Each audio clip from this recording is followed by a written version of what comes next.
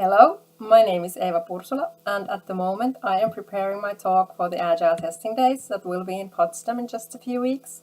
I am planning to talk about how feminist mindset supports the tester's mindset and how feminist concepts can help us identify problems in our work environment and fix them, for example, to build better teams. I'm going to share some stories related to testing, but also some examples about how we still have work to do to give everyone proper chances to contribute in our teams and what we can do about it.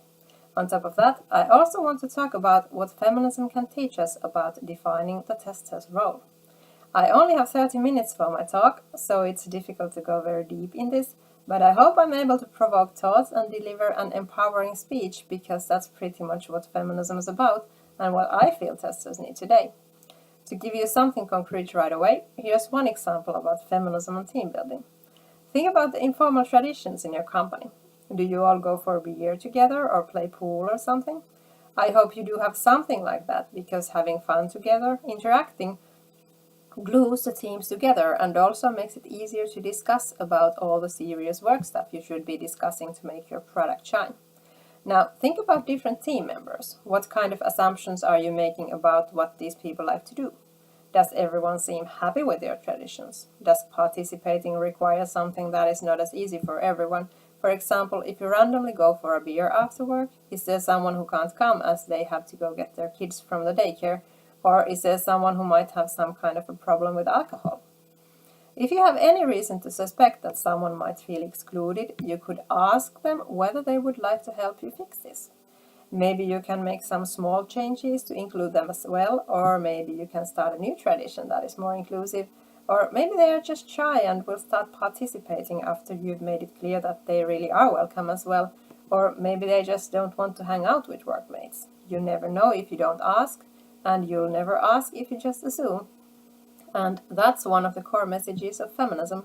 Don't assume that things are as easy for everyone as they are for you. Don't assume how people want things to be. If someone has a problem with how things are at the moment, they should be given an active part in figuring out what to do instead of others just making up something and expecting them to be grateful and happy. Even if they don't want to take an active role in a change, they probably appreciate more having been asked than just being the object of your actions, because our good intentions do not always produce helpful outcomes. Sometimes we may even cause harm when trying to help others as we base our actions on what we want to do instead of what they really need. You may argue, why would it be your responsibility to start a change if you have no problem yourself? If someone else has a problem, why don't they start something by themselves? Well, it's a lot simpler to suggest something for a group of friends than for a group that sees you as some kind of an alien. You have to sort of pull people inside the group so that they can feel being part of a community before you can expect them to advocate for a change within that group and the group to take their suggestions seriously.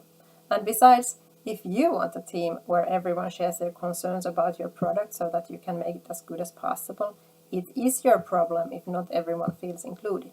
So that's something to think about today. I hope I will see you in Potsdam, so we can continue with a few more thoughts about the benefits of learning feminist way of thinking. Oh, and if you don't have a ticket yet, I think there are still a few left, and I can give you a 15% discount code. So check out the program and go buy yourself a ticket.